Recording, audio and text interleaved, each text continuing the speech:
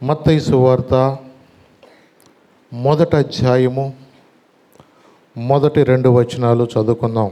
Bibles ఉన్న వాళ్ళందరూ కూడా ఒకసారి దేవుని వాక్యం చూసుకుందాం. మత్తయి సువార్త రెండవ అధ్యాయము మొదటి నుంచి 2 వచనాలు ఎవరన్నా మైక్లో చదివిన సహాయం చేయనా?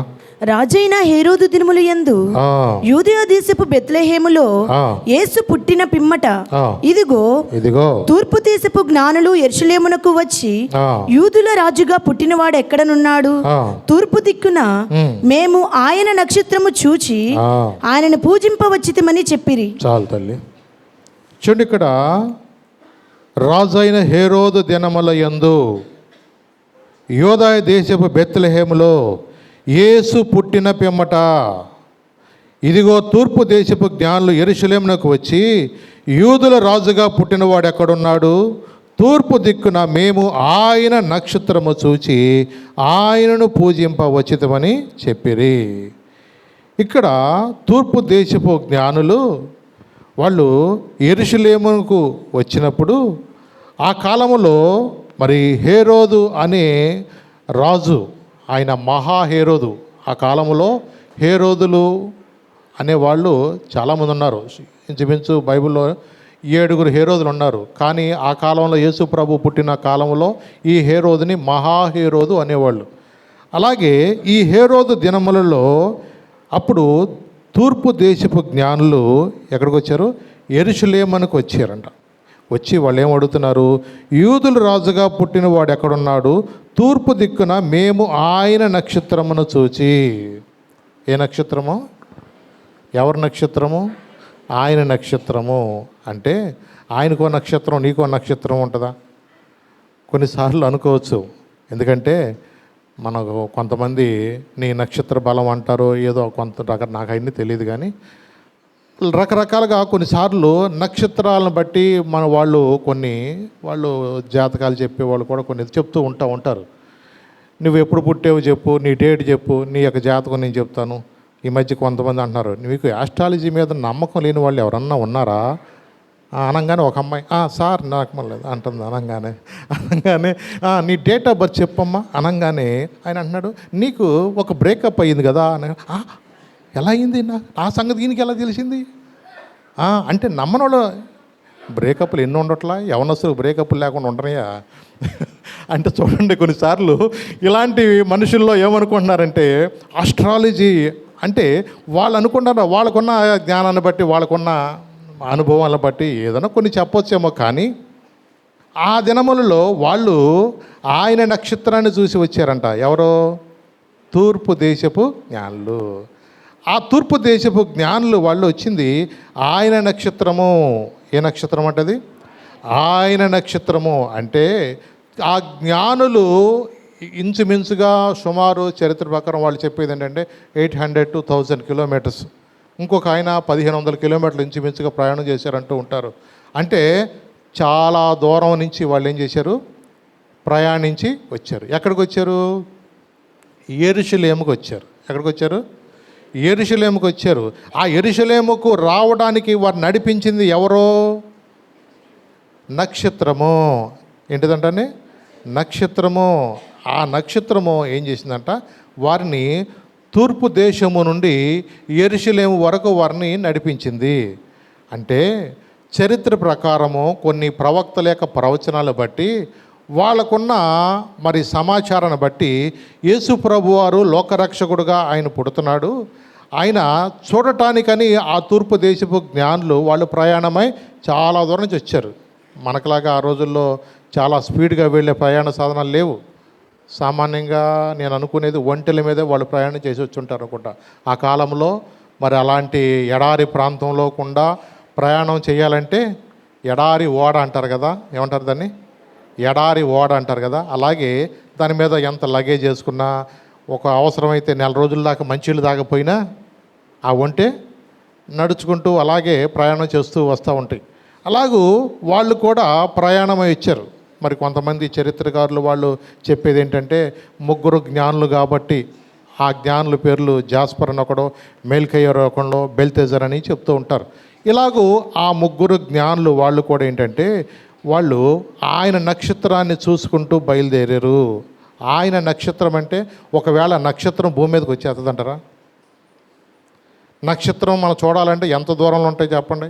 మా ఉంటే కొన్ని మనకు కొంచెం బ్రైట్గా కనపడతాయి అంతే తప్ప ఆ నక్షత్రం అనేది అది కదలటం అనేది మన వెనకాల దాన్ని నడుచుకుంటూ వెళ్ళటం అనేది ఎక్కడ జరగదు. అది ప్రపంచం అంతా కూడా కనపడతాయి, ఎందుకంటే చాలా హైట్లో ఉంటాయి కదా అవన్నీ కూడా.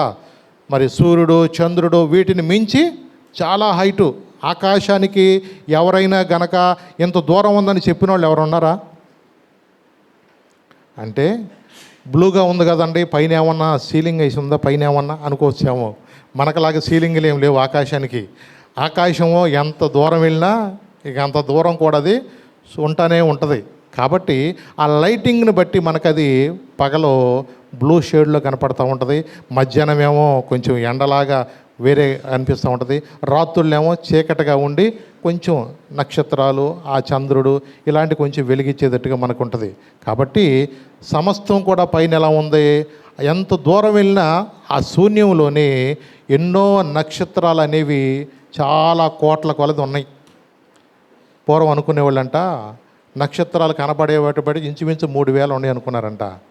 కానీ ఈ టెలిస్కోపు కొన్ని మన అధునాతనగా కొన్ని సాంకేతిక పెరిగిన తర్వాత వాళ్ళకి తెలుసుకున్నది ఏంటంటే కొన్ని కోట్ల కొలది మనం లెక్కించలేనంతగా నక్షత్రాలు అవన్నీ కూడా ఆకాశంలో ఉన్నాయన్న సంగతి వాళ్ళకి అర్థమైంది. కానీ కీర్తనాకారుడు అంటాడు నక్షత్రముల సంఖ్యను కూడా దేవుడు చెప్తున్నాడంట. ఏమన్నాడు? 147వ కీర్తన చూడండి ఒకసారి. 147వ కీర్తన 4వ వచనం చదువునాను ఒకసారి. అక్కడ ఏం రాయబడి ఉంది? నక్షత్రముల సంఖ్యను ఆయన నియమించి ఉన్నాడు, అబ్బబ్బా చూసారా, వాటన్నిటికీ పేర్లు పెట్టుచున్నాడు. ఇంకా అన్నాడు ఆయన గాడికి ఏమంటట పేర్లు కూడా పెట్టాడంటండి. నక్షత్రాల సంఖ్య ఎన్ని ఉన్నాయో మనకేమో తెలియదు, కానీ దేవుడు అంటున్నాడు నక్షత్రాల సంఖ్య కూడా ఆయనకి తెలుసు అంటండి. పోనీ ఎవరి తలలో ఎన్ని ఎంటుకలు ఉన్నాయో ఎవడని లెక్కేసుకున్నాడా? పోనీ ఇంత టెక్నాలజీ ఉన్న ఈ దినాల్లో మన తలకాయ తీసుకెళ్ళిపోయి దేంటన్నా రాబోట్లో కానీ ఏదన్నా మరి కంప్యూటర్కి ఏదన్నా తలకాయ లోపల పెట్టయితే మొత్తం వరుస పెట్టి నీ ఎంటుకలు ఇన్ని లెక్క చెప్పేసి కంప్యూటర్ ఉందా? లేదే. కానీ నీ తల వెంట్రుకలన్నీ కూడా ఆయనకి తెలుసు. అంటే చూడండి, ఈ లోకంలో కొన్నిసార్లు దేవుని జ్ఞానం వేరు, మనుషుల యొక్క జ్ఞానం వేరు. నిజమే. ఎందుకంటే దేవుని యొక్క జ్ఞానం అనేది మనం అనంతం అండి. ఒకదాన్ని పోలినది ఒకటి సృష్టిలో ఎలాగ లేదో ఈ లోకంలో మనందరము కూడా ఒకళ్ళ మొక్కలు ఒకళ్ళకి ఏమైనా ఉన్నాయా? ఉంటే ఒక ఫ్యామిలీలో ఒకవేళ ఉన్నా కొంచెం వాళ్ళ అమ్మ మొహం వచ్చింది వీడికి, వాళ్ళ నాన్న మొహం వచ్చిందో, వాళ్ళ ముక్కు ఏడిది వచ్చిందో, చెవి ఏడిది వచ్చిందో, కాలు ఏడిది వచ్చిందో, ఏదో కొన్ని కనపడతాయి తప్ప ఒకళ్ళని పోలిన వాళ్ళు ఒక్కళ్ళు ఎవరైనా ఉన్నారా? చూడండి, ప్రపంచంలో ఎక్కడా కూడా ఒకరిని పోలిన వారు ఒక్కరో ఎవ్వరో కూడా భూమి మీద లేరు. అందుకనే ఈ యొక్క మర్మం అనేది మన శాస్త్రవేత్తలు కానీ వీళ్ళకి అర్థమైనప్పుడు మనందరికీ అందుకనే థంబ్ అనేది తీసుకుంటున్నారు లేదా? మీరు ఎక్కడికైనా ఆఫీసులోకి వెళ్ళాలన్నా, ఒకవేళ మీరు ఏదైనా డోక్రా మీటింగ్ వెళ్ళాలన్నా, మనం రిజిస్ట్రేషన్ కార్యాలయానికి మనం వెళ్ళినా మనందరిని ఏమంటారు? మీ యొక్క ఫింగర్ ప్రింట్స్ అనేవి తీసుకుంటారు. ఎందుకు? ఒకరిని పోలిన ఫింగర్ ప్రింట్స్ అనేది వేరొక వ్యక్తికి లేదు. డిఎన్ఏ డిఫరెంట్గా ఉంటుంది. ఒకళ్ళ పోలికలు ఒకళ్ళకు ఉండవు. ప్రతి ఒక్క వ్యక్తి కూడా ప్రత్యేకించబడిన వాడే. దీన్ని బట్టి నక్షత్రాలు ఇన్నన్నా ఉండొచ్చేమో, కానీ ఆయన నక్షత్రం ప్రత్యేకమైందే. హల్లెలూయా. అంటే చూడండి, కొన్నిసార్లు దేవుని యొక్క సృష్టి అనేది మనము ఊహించలేమండి. ఆ నక్షత్రం అనేది అది చాలా మహిమాన్విత కాంతి. నిజమే, షకీనా గ్లోరీతో ఉన్నది అనిపిస్తుంది నాకు కొన్నిసార్లు.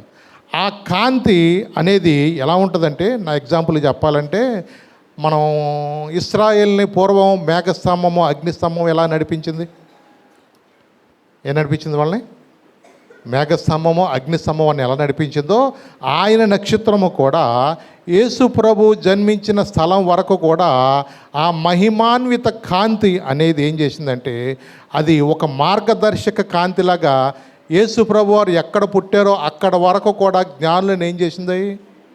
నడిపించింది. మరి ఈ జ్ఞానులు యెరూషలేము దాకా వచ్చినాక వీళ్ళ బుర్ర ఏమైపోయింది? కొన్నిసార్లు మనుషులకు జ్ఞానం అనేది ఎక్కువైపోతూ ఉంటుంది కొన్నిసార్లు. నిజమే. ఈ రోజున చాలామంది యొక్క జ్ఞానము ఎలా ఉంటుందంటే నిజంగా అధికంగా జ్ఞానం కూడా కలిగి ఉండొద్దు అన్నాడు సొలొమోను గారు. ఉన్నాడా లేదా? అందుకని వాళ్ళని సేవల దగ్గరికి వెళ్ళమన్నాడు. ఎక్కడికి వెళ్ళమన్నాడు? సేవల దగ్గరికి వెళ్ళండి. వాటికి రాజు లేకపోయినా ఎంత క్రమంగా నడుచుకుంటున్నాయో. ఎందుకు? ఈ రోజున సేమల దగ్గర కూడా కొంత జ్ఞానం మనం నేర్చుకోవాలా. నిజమే. కొన్నిసార్లు మన జీవితాల్లో కూడా దేవుడు మనల్ని నడిపిస్తున్నప్పుడు దేవుని యొక్క మార్గంలో మనం వెళ్ళకోకుండా మన సొంత ఆలోచన బట్టి మనం ఎప్పుడు కూడా నాకు అన్నీ తెలుసును అనుకుంటే అన్నీ తెలిసినోడికే పప్పులో గాలేస్తాడు. అందుకని కొన్నిసార్లు నీ స్వబుద్ధిని ఆధారం చేసుకొనక నీ పూర్ణ హృదయంతో ఏం చేయమన్నాడు? నిజమేనండి. ఎందుకంటే దేవుని బిడ్డలుగా మనం ఎప్పుడు కూడా మన జ్ఞానం బట్టి మన తెలివితేటలను బట్టి కాదండి. దేవుడు కొన్నిసార్లు నిన్ను ఆయన తన చిత్తానుసారంగా నడిపించేటప్పుడు నీవు ఆయన మీద ఆనుకుంటూ నేర్చుకోవాలి. అందుకన్నాడు యెషయా, యవన మనసు అయితే నీ మీద ఆనుకుంటుందో వానిని నేను పూర్ణ శాంతి గలవానిగా నేను చేస్తాను. మనం ఎవరి మీద ఆనుకోవాలా? నీ స్వబుద్ధి మీద కాదండి. దేవుడు నీకు ఒక మార్గదర్శకాన్ని నిన్ను చూపిస్తాడు. అందుకని మనందరికీ దేవుని యొక్క వాక్యం అనేది మార్గాన్ని సూచిస్తుంది. ఏ మార్గాన్ని? దేవుని యొక్క నిత్య రాజ్యానికి వెళ్ళే మార్గాన్ని చూపించేది దేవుని వాక్యమే. నిజమే. ఆ వాక్యమే మన మధ్యకు శరీరధారి అయి కృపాసత్య సంపూర్ణంగా మన మధ్యకు వచ్చాడు. మరి ఆయన మనకు చూపించే మార్గం ఏంటంటే జీవము గల దేవుని యొక్క రాజ్యము వెళ్ళటానికి ప్రభు చెప్పింది నేనే ఆ మార్గము, నేనే సత్యము, నేనే జీవము. దేవుని రాజ్యములో మనం వెళ్ళాలంటే మనము మనంతటగా మనం వెళ్ళిపోలేమండి. దేవుని యొక్క పరలోక రాజ్యానికి మనం వెళ్ళాలంటే కేవలము నీ కొరకు నా కొరకు శిలువలో మరణించిన యేసు ప్రభువారు ఈ లోకానికి మానవతారుడుగా వచ్చిన లోకరక్షకుడైన యేసు ప్రభు ద్వారానే మనం అందరం కూడా నిత్య రాజ్యానికి వెళతాం తప్ప వేరొక మార్గము లేదు. అందుకని మార్గాన్ని ఎత్తుక్కుంటూ వచ్చిన ప్రయత్నాల్లో వచ్చిందే మతం. అందుకని ఎవడికి నచ్చిన మార్గంలో వాడు వెళ్తాడు. వాడు ఒక రంగు పట్టేస్తే నేను ఇంకో రంగం వేస్తా ఉన్నా అంటాడు. ఒకడు కొన్ని రోజులు పెడితే ఇంకోడు కొన్ని రోజులు పెడతాడు. ఎవడికి నచ్చిన మార్గాల్లో వెతుక్కుంటూ ఇక ఎన్ని మతాలో పుట్టేసినాయి ఇవాళ. కానీ ఈ రోజున చాలామందికి అర్థం కానిది ఏంటంటే యేసు ప్రభువారు ఈ లోకానికి మతాన్ని స్థాపించడానికి రాలేదు. ఆయన నీ కొరకు ఒక నిత్య రాజ్యాన్ని ఇవ్వటానికి, ఏమివ్వటానికి? నిత్య రాజ్యాన్ని నీ కొరకు నా కొరకు సిద్ధము చేయటానికే ఆయన ఈ లోక రక్షకుడుగా రావాల్సి వచ్చింది. పాపం వలన వచ్చు జీతము మరణము. మరి ఈ మరణము నుంచి విడిపించాలంటే యేసు ప్రభువారు ఈ లోక రక్షకుడుగా రావాల్సి వచ్చింది. అంటే లోక పాపములను మోసుకొని పోవు దేవుని యొక్క గొర్రెపిల్ల. కాబట్టి మనందరి పాపములు కూడా మనం ఒప్పుకోవాలంటే అది యేసు ప్రభు యొక్క శిలువ యొద్దకు మాత్రమే మనము వెళ్ళాలి. కాబట్టి మనకు నచ్చినట్లుగా మనం వెళ్ళటానికి కాదు. కానీ వీళ్ళు రావడానికి కారణం ఏంటంటే మీరు కింద వాక్యంలో చదవబడినట్లుగా మీకా భక్తుడు చెప్పాడు 5వ అధ్యాయం 2వ వచనంలో. ఆ ప్రవచనం కూడా ఒక్కసారి చదువుదాం. మీకా భక్తుడు ఏం చెప్పాడు? 5వ అధ్యాయం 2వ వచనం చదువునాను ఒకసారి. బెత్లెహేము ఎఫ్రాతా యూదావారి కుటుంబములలో నీవు స్వల్ప గ్రామమైనను నా కొరకు ఇశ్రాయేలులను ఏలబోవువాడు నీలో నుండి వచ్చును. ఎక్కడి నుంచి వస్తాడండి? యూదా దేశములో నుండి, బెత్లెహేము అనే ప్రాంతంలో నుండి లోక రక్షకుడు వస్తాడని ముందుగానే ప్రవక్తలు వాళ్ళు తెలియజేశారు. అలాగే యెషయా భక్తుడు కూడా చెప్తున్నాడు. నిజమే, మనకు చదువుతాం ఆయన గురించి. మనము చదివితే ఆయన పేరు ఆశ్చర్యకరుడని, ఆలోచనకర్తని, బలవంతుడైన దేవుడని, నిత్యుడగు తండ్రిని, సమాధానకర్త అయిన అధిపతి అని అతనికి పేరు. అంటే ప్రవక్తలు ఎలా చెప్పగలుగుతున్నారు అంటే దేవుడి యొక్క రాకను గురించి ముందుగానే తెలియజేశారు. మనకు కాసేపట్లో ఏం జరుగుతుందో మనకే తెలియదు, మన పరిస్థితి ఎలా ఉంటుందో మనకి ఎవరికి తెలియదు. ఇక్కడ ఉన్నవాళ్ళు ఎవరికి తెలిస్తే మనం ఎన్నో స్కెచ్లు గీసేస్తాం, కానీ మనకు తెలియదు. తెలియకోకుండానే మనం ఏదో మనం అనుకునే దాని ప్రకారం రేపొద్దున ఆ ఇల్లు నాకు ఉండాలనో, లేదంటే నాకేదో ఆ బండి కొనుక్కోవాలనో, ఇంకా మనం మంచిగా బ్రతుకుతామన్న సదుద్దేశంతో మనం రూపాయి వేసుకుంటూ మన పిల్లల కోసం మనం దాచుకుంటూ అలాగే జీవితాన్ని మనం ముందుకు ఏం చేస్తాం, మనం కొనసాగిస్తాం. 10th క్లాస్ అమ్మాయి క్లాసులో పాఠం ఇలా వింటుందా ఉంది. ఆ ఇంటన్న అమ్మాయి ఉండి డామ్మని కింద పడిపోయింది. మాస్టర్ పాపం బోర్డు మీద పాఠాలు చెప్తాను ఉన్నాడు. తీరా చూస్తే 10th క్లాస్ పిల్ల హార్ట్ అటాక్ వచ్చి డామ్మని కింద పడిపోయింది. అరే అనిపిస్తూ ఉంటుంది, ఏంటండి 10th క్లాస్ పిల్లలకి హార్ట్ అటాక్లు ఏంటండి? ఏమన్నా లవ్ ఫెయిల్యూర్ అయిందేమో అందుకని పాయిజన్ తీసుకుందామో అనుకునేవాళ్ళు లేరా? రకరకాలుగా అనుకుంటున్నారు మనుషులు, నిజమే. కానీ చిన్న వయసులోనే పాపం నిన్న ఇంకో ఆయన బంగారపు కొట్లో కూడా పాపం ఇల్లు అయినా ఏదో పాపం వస్తువు కొనుక్కుందాం అనుకున్నాడు. మరి రేటు చూసి గుండె జబ్బు వచ్చిందో, లేదంటే మా ఆవిడకి నచ్చుదో లేదని గుండె జబ్బు వచ్చిందో నాకైతే తెలియదు. కానీ అక్కడికి వెళ్ళినాక పాపం వస్తువు అలా చూస్తున్నాగానే పాపం కుప్పకూలిపోయాడు పాపం. ఇంకా నేను సీసీటీవీలు అన్నీ ఉన్నాయి కాబట్టి వాటన్నిటిలో చూసి పాపం వాళ్ళు ఎంత ప్రయత్నం చేసినా వాళ్ళ సర్వైవ్ అయ్యలేకపోయాడు పాపం ఆయన. కొన్నిసార్లు అనిపిస్తూ ఉంటుంది, మనిషి ఎంత ఇంతలో ఉండి అంతలో ఆవిరి వంటి వారు మన జీవితాలు అనిపిస్తూ ఉంటుంది. చూడండి, కానీ యేసు ప్రభువుని గురించి అనేక మంది ప్రవక్తలు ముందుగానే చెప్పినట్లుగా మీకా ప్రవక్త చెప్పాడు. ఇంకొక వాక్యం బాగుందో చూద్దాం. సంఖ్యాకాండం చూడండి ఒకసారి, 24వ అధ్యాయం 17వ వచనంలో నక్షత్రము యాకోబులో ఉదయించునని ఒక ప్రవచనం ఉంది అక్కడ. సంఖ్యాకాండము 24వ అధ్యాయం 17వ వచనం చెప్తాడు. ఆయనను చూచున్నాను గాని ప్రస్తుతమున ఉన్నట్టు కాదు, ఆయనను చూచున్నాను గాని సమీపమున ఉన్నట్టు కాదు. నక్షత్రము యాకోబులో ఉదయించును. అది నక్షత్రము ఎక్కడ ఉంటుంది? యాకోబులో ఉదయించును. రాజదండము ఇశ్రాయేలులో నుండి లేచును. అది రాజదండం ఎక్కడి నుంచి తెలుస్తుందంటండి? ఇశ్రాయేల్ నుంచి అండి. అంటే చూడండి, కొన్నిసార్లు ఈ యొక్క 100 సంవత్సరాల పూర్వమే యేసు ప్రభువుని గురించి ప్రవక్తలు అనేది ప్రవచన రీతిగా ఆయన మాట్లాడారు. నిజమే.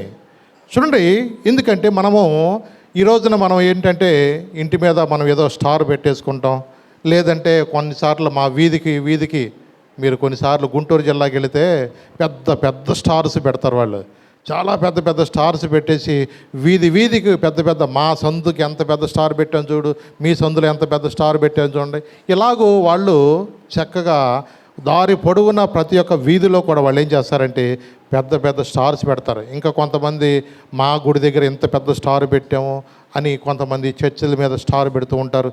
ఇలాగూ వీళ్ళని చూసి ఆఖరి బట్టలు కొట్టోడు కూడా ఏం చేశాడు, ఆడి స్టార్ పెట్టేశాడు. ఈయన చూసి ఆడి వ్యాపారం బాగుందని సారా కొట్టోడు కూడా ఆడు పెట్టేశాడు.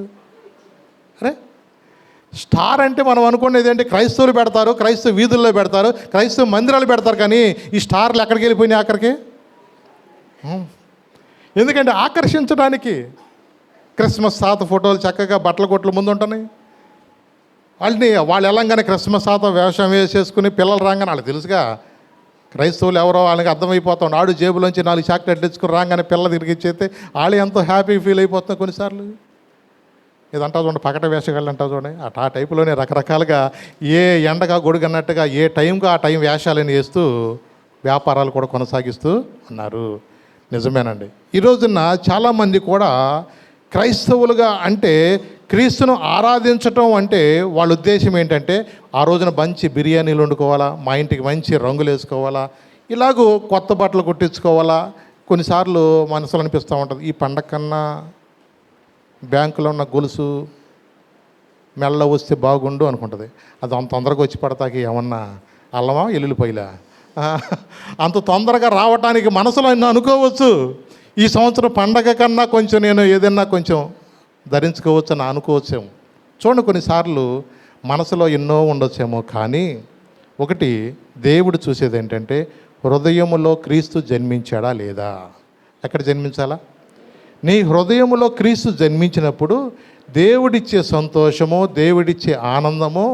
ఎందుకంటే చూడు, సమాధానకర్త అంటారే, ఆ సమాధానం నీలో ఉన్నప్పుడు నువ్వు బిర్యానీ తిన్నా అంత సంతోషం రాదు, కొత్త బట్టలు వేసుకున్న అంత సంతోషం కూడా రాదు. ఎందుకంటే అన్నిటికన్నా ముఖ్యమైనది ఏం కావాలా చెప్పండి? సంతోషము. నిజమే. కొన్నిసార్లు పండగ రోజున కూడా అన్నం తిన్నవాళ్ళు సరిగ్గా ఉండరండి.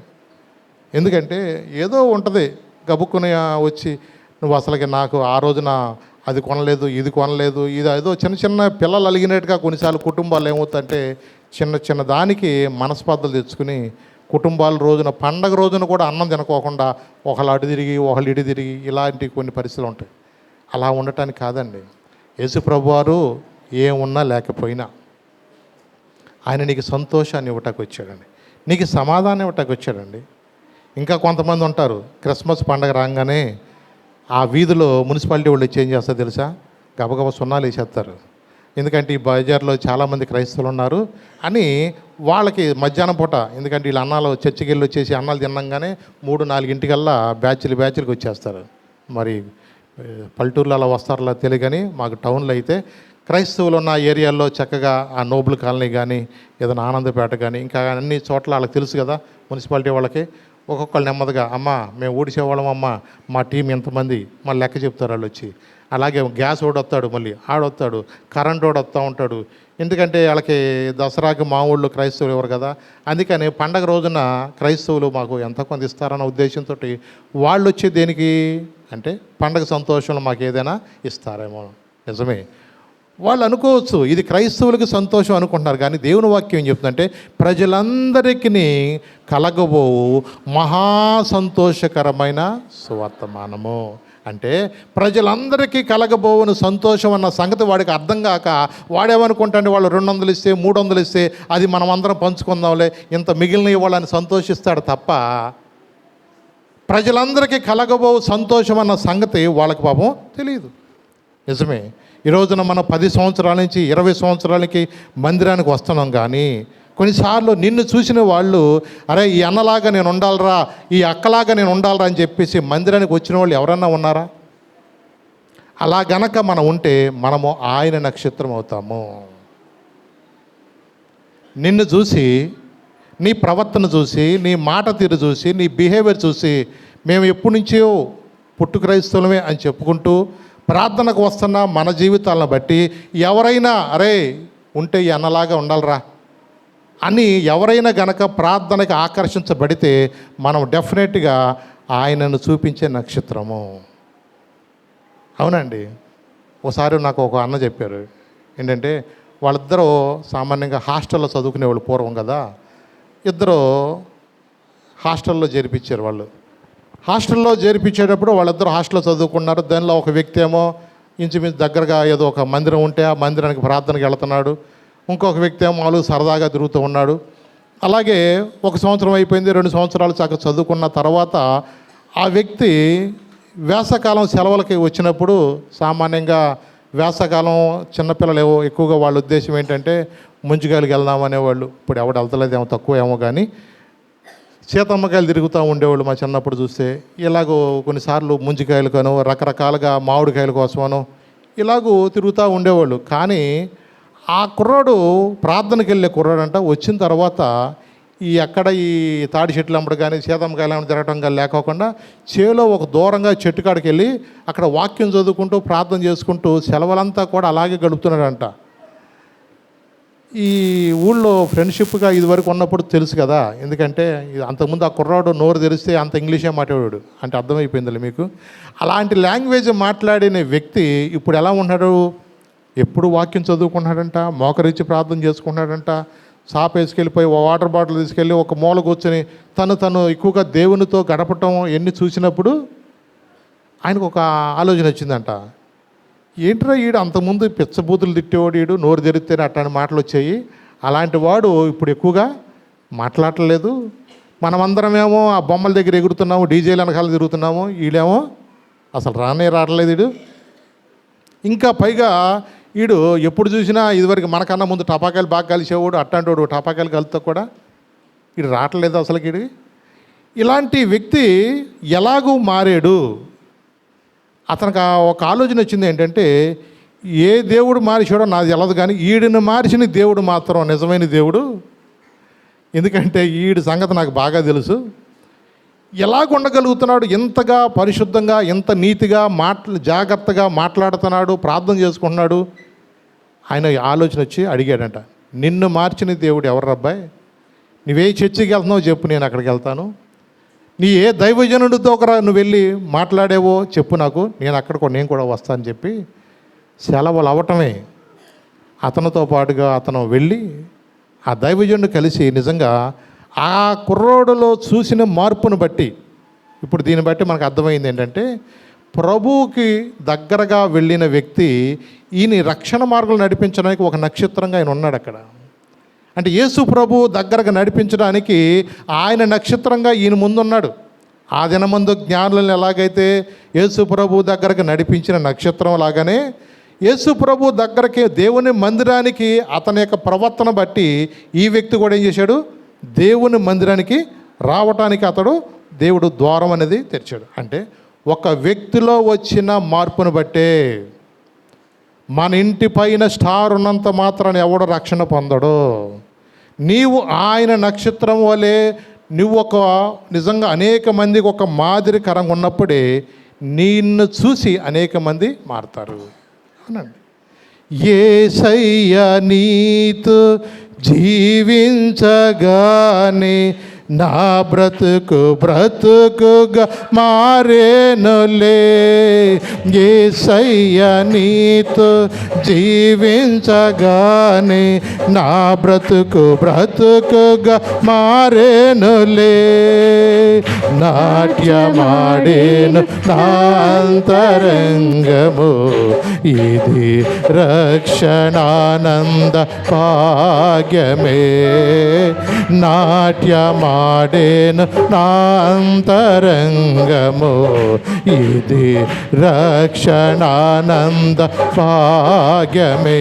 సుగుణాల సంపన్నుడా, స్తుతిగానాల పారసుడా, జీవింతును నిత్యము నీ నీడలో, ఆస్వాదితును నీ మాటల మకరందము. జీవింతును నిత్యము నీ నీడలో, ఆస్వాదింతును నీ మాటల మకరందము. సుగుణాల సంపన్నుడా. అవునండి, దేవుని కొరకు మనం నిలబడాలంటే మనము ఆయనకు చూపించే నక్షత్రం వలె మన జీవితాలు ఉండాలని దేవుని వాక్యం మనతో మాట్లాడుతుంది.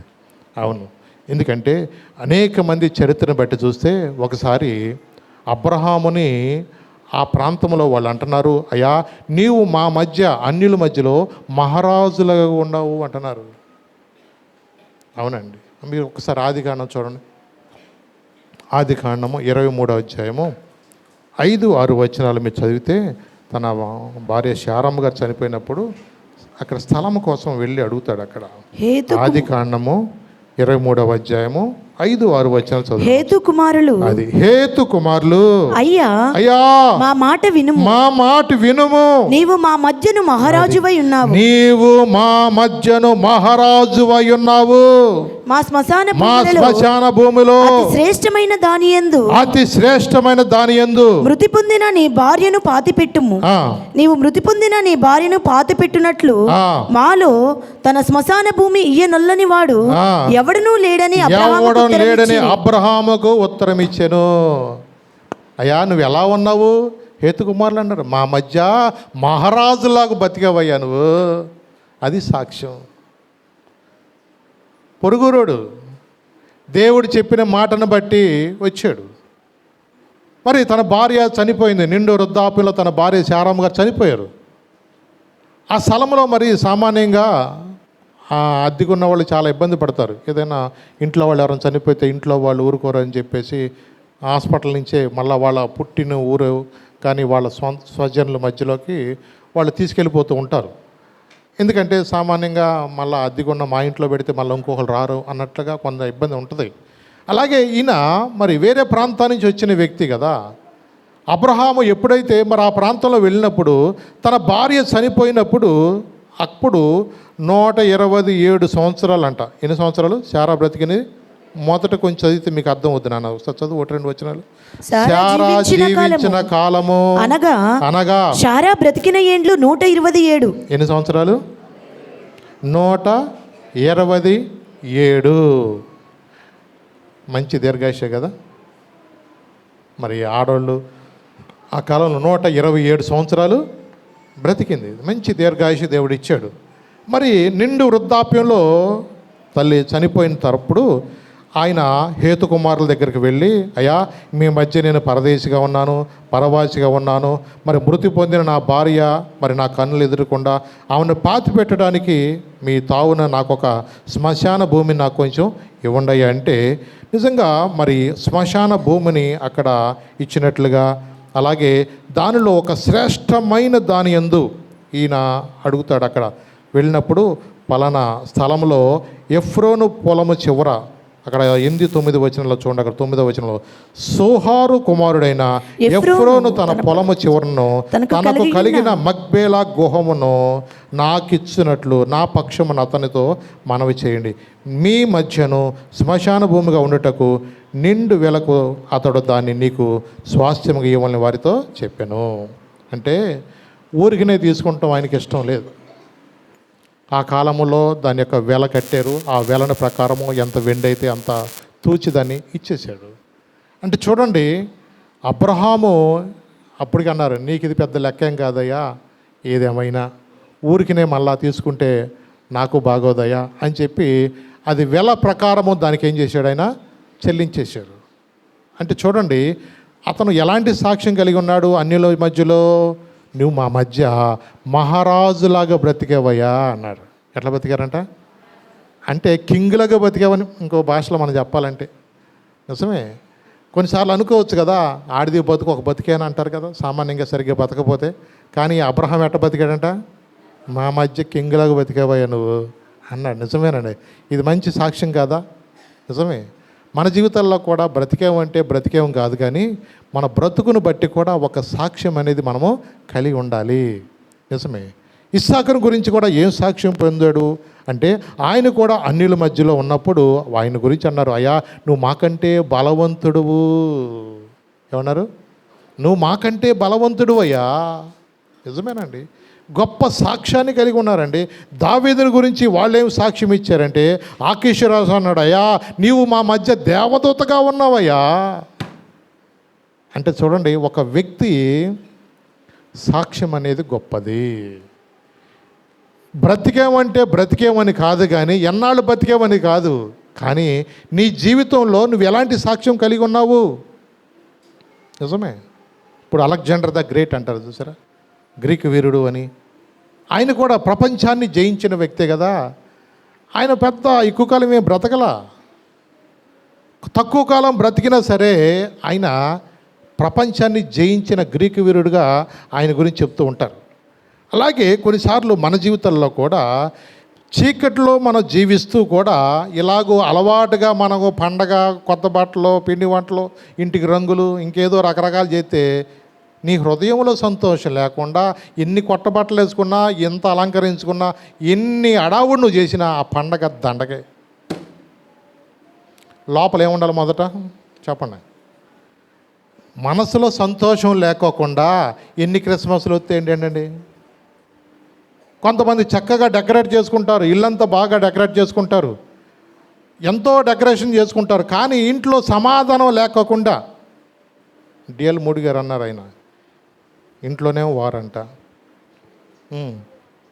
ఇంటి పైనేమో బారంట. అంటే ఏంటి, ఇంట్లోనేమో పండగ రోజున కూడా లోపల వారే, కానీ పైకి చెప్పుకుంటాక మాత్రం ఏదో అడావుడిగా. ఒకటి మనం ఎప్పుడు కూడా ఎలా ఉండాలి తెలుసా, సమాధానకర్త అయిన దేవుడు మన హృదయంలో జన్మించాలి. ఎక్కడ జన్మించాలా? మన హృదయంలో ఆయన జన్మించాలండి. అవునండి. మరి లివింగ్స్టన్ గారిని ఒక ఆయన గొప్ప దైవజనుడు ఉండేవాడు. ఆ లివింగ్స్టన్ గారికి ఆయనకి 2 కుమారులు ఉండేవాళ్ళు. ఒక ఆయన పేరు జాన్, ఇంకొక ఆయన పేరు డేవిడ్. చివర వాళ్ళకి తండ్రి పేర్లు కాబట్టి జాన్ లివింగ్స్టన్ అని, డేవిడ్ లివింగ్స్టన్ అని పేర్లు వాళ్ళకు ఉన్నాయి. జాన్ అనే వ్యక్తికి ఏంటంటే ఆయన మంచి వ్యాపార రీత్యా బాగా డబ్బు సంపాదించాలా, నేను ఊర్లో మంచి టాప్ పొజిషన్లో ఉండాలని ఆయన యాంబిషన్ అయింది. కానీ డేవిడ్ లివింగ్స్టన్ యొక్క యాంబిషన్ ఏంటంటే నేను దేవుని యొక్క సేవ చేయాలా, దేవుని పరిచయంలోకి వెళ్ళాలా, దేవుని చిత్తానుసారంగా దేవుడు నన్ను ఎక్కడ నడిపిస్తాడో, ఏ ప్రాంతానికి వెళ్ళమంటాడో నేను ఆయన చిత్తానికి లోబడాలి, ఆయన నక్షత్రాలు నేను ఉండాలని ఆయన మనస్సు అలా ఉండేది. ఈ జాన్ లివింగ్స్టన్ అనే వ్యక్తి మంచి వ్యాపారం చేశాడు, బాగా సంపాదించాడు. అబ్బో అనుకుంటే మన దేశంలో చెప్పుకుంటాం కదా, అంబానీ గారు, అదానీ గారు అని ఇంకా రకరకాల కొంతమంది పేర్లు చెప్పుకున్నట్టుగా అమ్మో అన్నట్టుగా అలాంటి మంచి పేరు ప్రఖ్యాతులు సంపాదించుకున్నారు. కానీ ఈ డేవిడ్ లివింగ్స్టన్ ఆయన వ్యక్తి మాత్రం దేవుడు చెప్పినట్లుగా ఆఫ్రికా ఖండం అంటే చీకటి ఖండంగా పిలువబడుతున్న ఆ ప్రాంతానికి వెళ్ళి దేవుని యొక్క గొప్ప పరిచర్య జరిగించి తన శరీరములో ఎన్ని బాధలు వచ్చినా, సింహం వచ్చి గూడులాగేసిన, అలాగే కంట్లో ముళ్ళు గుచ్చుకున్న, కాల్లో ముళ్ళు గుచ్చుకున్న, దేవుని సేవ మాత్రము దేవుని పరిచర్య కోసం నేను నిలబడాలని ఎన్ని కష్టాలు వచ్చినా, ఎన్ని బాధలు వచ్చినా తను దేవుని యొక్క సేవలోనే ఉండాలన్న నిర్ణయం తీసుకుని ఆ చీకటి ఖండంగా పిలువబడుతున్న ఆ ప్రాంతంలో గొప్ప పరిచర్య అయినా జరిగించాడు. ఒక 50 సంవత్సరాల తర్వాత జాన్ లివింగ్స్టన్ గారి నుంచి మర్చిపోయారు, కానీ డేవిడ్ లివింగ్స్టన్ గారి గురించి ప్రపంచం అనేది మర్చిపోలా. మా గుండెలో ఉన్నాడండి ఆయన. ఆయన చనిపోయినప్పుడు డెడ్ బాడీ కోసం వాదన ఆఫ్రికా ప్రజలకిను ఇంగ్లాండ్ దేశస్తులకి, అయ్యా మా ప్రాంతానికి తీసుకెళ్ళిపోయేవాళ్ళయ్యా, మా మనిషి అయ్యా మీకోసం గొప్ప సేవ చేశాడు, ఈయన మా మనిషి బాడీ తీసుకెళ్ళిపోదామంటే వాళ్ళు అడ్డం పడిపోయారు. ఆఖరికి ఒక మధ్య రాజీ చేసి వాళ్ళకి ఆ గుండెని మాత్రం మాకు ఇచ్చేయండి అయ్యా, డెడ్ బాడీ మాత్రం మీరు తీసుకెళ్ళిపోండి అని చెప్పేసి డేవిడ్ లివింగ్స్టన్ గారి యొక్క గుండెని మాత్రం మా ప్రాంతంలో మేము దాచుకుంటాము, ఎందుకంటే ఆయన గుండె నిండా మేమే ఉన్నామయ్యా. ఆయన మనసు ఎప్పుడు కూడా ఈ చీకటి ఖండంలో అసలుకి నాగరికత అంటూ తెలియని నరమాంస పక్షులు మధ్య ఆయన సేవ చేసి అసలుకి చీకటిలో నడుస్తున్న జనులు గొప్ప వెలుగును చూస్తారంటారే, మా వెలుగుగా మా ముందు ఒక నక్షత్రం వలె యేసుప్రభు అంటూ తెలియని మాకు ఆయన నక్షత్రంగా మాకు ఆయన మా ముందు వెళ్ళారయ్యా. ఆయన చూసిన మా జీవితంలో మా చీకటి బ్రతుకులు మారి ఈ రోజున మేము లక్షలాది కొలది ప్రజలుగా మేము దేవుని ఆరాధిస్తున్నామంటే, ఈ రోజున మేము ఇలాంటి సంతోషము ఇలాంటి సమాధానం మేము పొందుకున్నామంటే మా మధ్య ఆయన ఒక నక్షత్రం వల్లే మా ముందు ఆయన నడిచాడు. ఆయన గుండెను మాత్రం మా ప్రాంతంలో మేము బర్రెలు చేసుకుంటాము, మిగతా డెడ్ బాడీని మీరు తీసుకువెళ్ళండి అయ్యా అన్నారు. అంటే చూడండి, కొన్నిసార్లు మనుషులు ఈ లోకంలో మనము దేవుని కొరకు ఏమి చేసాము, ఎంతకాలం బతికామని ముఖ్యం కాదు. ఇప్పుడు ఏదైనా సరే క్వాంటిటీ కాదు కానీ క్వాలిటీ ముఖ్యం అంటారు కదా, అలాగే మనం ఏదైనా సరే క్వాలిటీకే ఇష్టపడతారు ఎవరైనా సరే. అలాగే చూడండి, దేవుని కొరకు దేవుని వారికి ఇచ్చిన అవకాశాన్ని బట్టి వారి పరిచర్యలో నిజంగా దేవుని కొరకు మనం ఎంతకాలం నిలబడి, మనుషులు సమాజంలో అనేవాళ్ళు రకరకాలు మాట్లాడతారు. మరి యేసుప్రభు ఆ రోజున సమరయ ప్రాంతానికి వెళుతుంటే ఆ ప్రాంతంలో సమరయ స్త్రీ అని గురించి మనం వాక్యం వింటాం. మీరు యోహాను సువార్త 4వ అధ్యాయంలోకి వెళితే ఆ ప్రాంతంలో యాకోబు బావి దగ్గరికి వచ్చి ఎందుకు నుంచున్నాడు ఆయన? మనుషులు ఏమనుకుంటున్నారు, ఈయన సంగతి ఈయన తెలీదా, ఈయనకి అంతరంగాలు తెలుసు కదా, ఎవరి గురించి అయినా ఇట్టే పెట్టేస్తారు కదా. మనుషులు రకరకాలుగా వాళ్ళు అనుకోవచ్చేమో, కానీ ఆ మెట్ట మధ్యాహ్నం సమయంలో ఆమెతో మాట్లాడిన ఉద్దేశం ఏంటంటే, ఆమెను యొక్క హృదయము ఎరిగిన దేవుడు సమాజం అంతా ఆమెను త్రోసివేసినట్లు మాట్లాడవచ్చు, సమాజం అంతా కూడా ఈమె చండాలమైన మనిషి అని ముద్ర వేసేమో, కానీ ఆయన వచ్చింది ఎవరికి తెలుసా? పాపుల కొరకే. ఎవరి కోసం వచ్చాడు ఆయన? యేసుప్రభు ఎందుకు వచ్చారు ఈ లోకానికి అంటే పాపులు రక్షించడానికి. క్రీస్తు యేసు లోకమునకు వచ్చిన మాట నమ్మదగినది, పూర్ణాంగీకారమునకు యోగ్యము. ఆయన వచ్చింది ఎవరికో మంచి మంచి వాళ్ళ కోసం కదండి. ఆరోగ్యం గల వారికి వైద్యుడు అక్కర్లేదు, రోగుల కొరకే వైద్యుడు. అలాగే ఈ లోకంలో నేను మంచోడిని అనుకుంటే నీకు యేసుప్రభు అవసరం. ఇప్పుడు నేను మంచోడిని అనుకునే అంత మాత్రాన మనకన్నా పరలోకం దేవుడిస్తాడా? వాక్యం ఏం చెప్తుంది తెలుసా? నీతిమంతుడు లేడు, ఒక్కడు లేడు. మనందరం కూడా ఏదో ఒక పొరపాటు చేసిన వాళ్ళమే. అవునండి, ఈ లోకంలో ఎవరూ లేరు. మిస్టర్ ఇండియాలో ఉన్నారు కానీ మిస్టర్ పర్ఫెక్ట్లు ఎవరు లేరండి నాకు తెలిసినంతవరకు. జీవమగల దేవుని బిడ్డలుగా మనం ఎప్పుడు కూడా ఆయనను చూపించే నక్షత్రం వలె మనము ఉండాలి. నిన్ను చూసినప్పుడు, నన్ను చూసినప్పుడు అనేక మందికి మన మాట తీరు కానీ, మన వస్త్రధారణ కానీ, మన యొక్క ప్రతి బిహేవియర్ ప్రతి ఒక్కరు గమనిస్తారు. నిజమే. కూర్చునే విధానాన్ని బట్టి కూడా మనుషులు నీ గురించి అవగాహన కలిగి ఉంటారు. ఎందుకంటే సైకాలజీ అనే ఒక శాస్త్రం ఉంటుంది. దాన్ని బట్టి మనిషి యొక్క బిహేవియర్ని బట్టి కానీ, మనిషి యొక్క చూపులు బట్టి కానీ, మనిషి యొక్క నడకను బట్టి కానీ వాడి చాలా వరకు అర్థమైపోతూ ఉంటుంది. ఇప్పుడు పరీక్ష పాస్ అయినోడు మొహం ఎట్టుంటుందో, తప్పినోడు మొహం ఎట్టుంటుందో ఎలా తెలుస్తుంది చెప్పండి? భర్త పండగ బట్టలు కొన్న వాళ్ళ మొహాలు ఎలా ఉంటాయి, బట్టలు ఏమి తేకుండా ఎమ్మకొట్టు కొట్టినాడు మొహాలు ఎట్లా ఉంటాయి చెప్పండి. పోనీ అది బాగా అర్థమైద్దా? పోనీ రోజు ఇంటికి వచ్చాడు మల్లెపూలను చక్కగా స్వీట్ ప్యాకెట్లు ఇచ్చిన వాళ్ళు ఇంటి అట్ట 90 వేసుకొచ్చి ఎట్ట పడతా అలుగుతూ వచ్చేవాడు ఇంట్లో, వాళ్ళ పరిస్థితి ఎలా ఉంటుంది చెప్పండి? అర్థమైపోతూ ఉంటుంది. సైకాలజీ అదే అర్థమైపోతూ ఉంటుంది. మన ఇంట్లో ఉన్న వాతావరణమే మనకి ఇంట్లో సంతోషంగా ఉండాలో ఎట్లా ఉండాలో ఇక ఏమి లేదు అనుకుంటూ సరిపెట్టుకుంటామే. లేదండి. దేవుడు మన హృదయంలో, మన కుటుంబంలో కూడా సంతోషాన్ని ఇవ్వటానికి ఆయన ఇష్టపడుతున్నాడు. అవునండి. ఇది ప్రజలందరికీ కలగబోవు మహా సంతోషకరమైన సువర్తమానము. అవునండి. ఈ రోజున జీవము గల దేవుని బిడ్డలుగా మనం ఎలా ఉండాలంటే ఒక ప్రకాశించే వ్యక్తిగా. అంటే నక్షత్రము ఏమైందంటే ప్రకాశిస్తుంది. ఆ నక్షత్రం ఏం చేస్తుంది? ప్రకాశిస్తుంది. అంటే వాళ్ళ ముందు ఒక నక్షత్రము ఒక మహిమాన్విత కాంతి వలె వాళ్ళ ముందు నడుచుకుంటూ వెళుతుంది.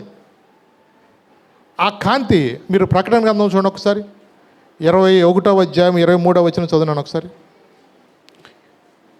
ప్రకటన గ్రంథము 21వ అధ్యాయము 23వ వచనం. ఆ పట్టణములో ప్రకాశించుటకై సూర్యుడైనను చంద్రుడైనను దానికి అక్కరలేదు. దేవుని మహిమయే దానిలో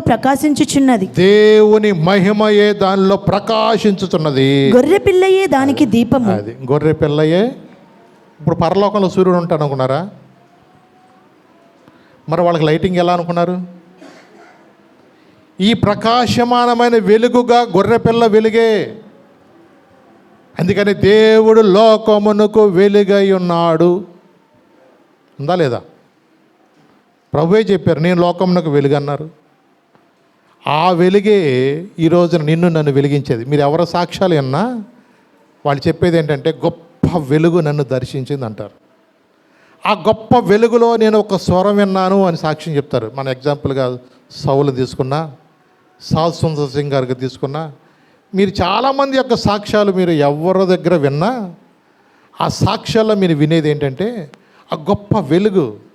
నిజమే. నిన్న మొన్న ఎక్కడ వాక్యం ఇలా చెప్తాకు వెళ్ళాను. అక్కడ కూడా తల్లి అంటుంది, అమ్మ అయ్యా మీరు ఇలా వాక్యం చెప్తున్నప్పుడు మీ వెనకాల అంత గొప్ప వెలుగు ఎలా ఉందయ్యా అంటూ ఉన్నారు. అంటే వాళ్ళకి అర్థమవుతున్నది ఏంటంటే గొప్ప వెలుగు అనేది వాళ్ళు చూస్తున్నారు, దేవుని యొక్క సన్నిధి అనేది అనుభవిస్తారు. అవునండి. అది ప్రకాశించిన దీపము. ఆ వెలుగే ఈ రోజున ఏం చేస్తుందంటే నిన్ను నన్ను కూడా చీకటిలో నుండి మనల్ని విడిపిస్తుంది. అందుకని మీరు చీకటిలో నుండి ఆశ్చర్యకరమైన గుణాతిశయముల ప్రచురము నిమిత్తము ఏర్పరచబడిన వంశము, రాజులైన యాజక సమూహము. ఎక్కడి నుండి విడిపించబడ్డారు? చీకటిలో నుండి వెలుగులోనికి. ఈ లోకంలో దేవుణ్ణి తెలుసుకోకపోతే చాలామంది యొక్క జీవితాలు ఎలా ఉంటాయంటే చీకటి బ్రతుకులు అయిపోతూ ఉంటాయి. నిజమే. చాలామంది యొక్క జీవితాల్లో కూడా వెలుగు లేక ఆ చీకటిలోనే నశించిపోతున్న వాళ్ళు చాలామంది ఉన్నారు. మత్తు పదార్థాలకు అలవాటు పడిపోయి ఈ రోజున చాలామంది ప్రభుత్వం వారు ఎన్ని రకాలుగా వాళ్ళని సర్వైవ్ చేయాలని చూస్తున్నా సరే కొంతమంది మాదక ద్రవ్యాలు అమ్మేవాళ్ళు ఏదో ఒక విధంగా చిన్న పిల్లలని కూడా జాలి దయలేకోకుండా వాళ్ళకు కూడా మత్తు పదార్థాలు అలవాటు చేస్తున్న పరిస్థితిని ఈరోజు మనం చూస్తున్నామండి. వాళ్ళకి డబ్బులే సంపాదన ముఖ్యం తప్ప చాలామంది జీవితాలు ఇలాగ పాడైపోతున్నాయే, నా బిడ్డలను అలా నేను పాడు చేసుకోను కదా అని ఆలోచన ఈ రోజున చాలామందిలో రావట్లా. మరి యొక్క దినాల్లో మన బిడ్డల కొరకు ఎంత ప్రార్థన చేయాలో, మన వాడి కొరకు ఎంతగా కన్నీటితో ప్రార్థన చేయాలో నిజంగా మనం చాలా జాగ్రత్తగా ఉండాలి. దినములు చెడ్డవి గనుక అన్నాడు. ఈ రోజునున్న పరిస్థితులను బట్టి ఈ చీకటిలో కూడా వాక్యం అనే వెలుగు నిన్ను సరైన మార్గంలో నడిపిస్తుంది. ఆ దినమందు జ్ఞానులను ఆ నక్షత్రం ఎలాగైతే నడిపించిందో, ఏ మార్గం గుండా వెళ్ళాలో ఆ మార్గం గుండా వాళ్ళు వెళ్ళటానికి వాళ్ళకు ముందుగా ఆ నక్షత్రం అనేది యెరూషలేము వరకు కూడా వచ్చింది. నిజమే. ఈ రోజున మన సొంత జ్ఞానంతో నాకు అన్నీ తెలుసు అనుకుని నీ సొంత ఆలోచన బట్టి నువ్వు ఎప్పుడు ముందుకు వెళ్ళొద్దు. ఎప్పుడు వరకు వెళ్ళాలా? యేసు ప్రభువును చూసే వరకు. వాళ్ళ మధ్యలో ఆలోచించింది ఏంటంటే వాళ్ళ సొంత ఆలోచన. యూదుల రాజుగా పుట్టినవాడు ఒకళ్ళు పుడితే రాజు కుటుంబంలో పుడతాడేమో అని వాళ్ళు వెళ్ళి హేరోదు రాజుని అడిగారు. ఎవరిని అడిగారు? హేరోదు రాజుని అడిగారు. హేరోదు రాజుకి ఎలా ఉంటుంది? రాజు కుటుంబం అంటే మా కుటుంబమే కాబట్టి పుడితే మా కుటుంబంలో పుట్టాలి, కానీ ఇంకా వేరే చోట పుడతాకి వీల్లేదు. అవునయ్యా, ప్రవక్తలు చెప్పిన మాటను బట్టి మేము వచ్చామయ్యా, యోదాయ దేశ బెత్లెహేములోనే పుడతాడన్న ఆ సూచన బట్టి ప్రవక్తలు చెప్పిన లేఖనాలు బట్టే మేము వచ్చామంటే అన్నాడు. మీరు వెళ్ళి జాగ్రత్తగా పరిశీలించి ఆ సమాచారాన్ని మళ్ళా నాకు దగ్గరికి తీసుకొస్తే మేము కూడా ఆయన ఏం చేస్తాము. ఎన్ని తెలివితేటలుగా మాట్లాడుతున్నాడు. అంటే మనసులో లోపల ఒకటి, అంటే ఇలా కూడా ఉంటాయా మనసులో? అరే ఇన్ని తెలివితేటలు నీకే ఉంటే నేను పుట్టించినోడికి ఎన్ని ఉండాలి చెప్పండి. నిజమేనండి. ఈ రోజున మనుషులు అనుకుంటారు దేవుడి కన్నా తెలివితేటలు మనకే ఉన్నాయి అనుకుంటారు ఈ రోజు చాలామంది. చూడండి, మనకు అసలుకి ఏ పార్టీ వాళ్ళం మనం? కానీ దేవుడు వాళ్ళు అన్నాడు, అబ్బాయి మీరు ఈ మార్గంలో వెళ్ళకోకుండా వేరొక మార్గం కూడా మీరేం చేయమన్నాడు? వాళ్ళు నడిపించాడు. అంటే నక్షత్రము వారిని మళ్ళా తిరిగి వాళ్ళని ఏం చేసింది? మళ్ళా యేసు ప్రభు ఎక్కడైతే ఉన్నారో ఆ ప్రాంతాన్ని వారిని నడిపించింది. అవునండి, ఎందుకంటే ఆ నక్షత్రం ఏం చేస్తుందంట? మార్గాన్ని కూడా చూపిస్తుంది. ఏం చేస్తుంది నక్షత్రం? అది ప్రకాశిస్తుంది, పైగా మళ్ళీ ఏం చేస్తుంది? మార్గాన్ని చూపిస్తుంది. యోహాను సువార్త 3:3 చూడండి. యోహాను భక్తుడు దేవుని యొక్క మార్గాన్ని చూపించినట్లుగా ఆయన ఒక నక్షత్రం వలె ఉన్నాడు అక్కడ. యోహాను సువార్త 3:3 చదువునాను. ప్రభు మార్గము సిద్ధపరచడం ఉంది అక్కడ. ఏముంది అక్కడ చూడండి. ఏనా తప్ప? మత్తయి సువార్తలో ఉందా? మత్తయి సువార్త 3:3 చూడు ఒకసారి. ప్రభు మార్గము సిద్ధపరచుడి. అది ప్రభు మార్గమును సిద్ధపరచుడి. ఆయన త్రోవలు సరళము చేయడని. ఆయన త్రోవను ఏం చేస్తారు మీరు? సరళము చేయడని. అరణ్యములో కేకవేయునొకని శబ్దం. అరణ్యములో కేకవేయునొకని శబ్దమని ప్రవక్త యెషయా ద్వారా చెప్పబడినదే. అవునండి, ప్రవక్తలు చెప్పిన మాటలను బట్టి చెప్తున్నాడు ఆయన. ఏమన్నాడు? ఎవరి గురించి చెప్తున్నాడు ఈ మాటలు? యోహాను గురించి. యెషయా భక్తుడు కూడా చెప్తున్నాడు, అబ్బాయి ప్రభు మార్గమును సిద్ధపరచండి, ఆయన త్రోవను సరళం చేయడని అరణ్యములో కేక వేయబడిన ఒక శబ్దము గురించి యెషయా భక్తుడు ముందుగానే ప్రవచించాడు. ఈయన ఎవరి మార్గాన్ని సరళం చేస్తున్నాడు? లోక రక్షకుడైన యేసు ప్రభు యొక్క మార్గాన్ని ఏం చేస్తున్నాడు ఈయన? ఇదే త్రోవ, దీనిలోనే మీరు నడవండి. అవునండి, దేవుడు ముందు ఆయన ఎంతగా తగ్గించుకుంటూ, ఆయన ఎంత తగ్గించాలంటే ఆయన చెప్పులు కూడా వారు విప్పటానికి కూడా నేను యోగ్యుడును కా. అనేక మంది ఆయన దగ్గరికి వస్తున్నారు. ఇవాళ ఎలా ఉంటుందో తెలుసా? ఏంటి, నేను ముందు పుట్టానా, నువ్వు ముందు పుట్టావా? మనుషుల్లో ఉండేదేంటి? మనుషుల్లో ఉండేది ఎప్పుడు కూడా ఎలా ఉంటుందంటే, నేను మొదట అనుకునే మనసు ఇవాళ ఒకళ్ళ మీద ఒకళ్ళు వ్యతిరేకంగా బురద చల్లడానికే చూస్తారు తప్ప తగ్గించుకోవాలని ఎవరు ఉండరండి ఇవాళ.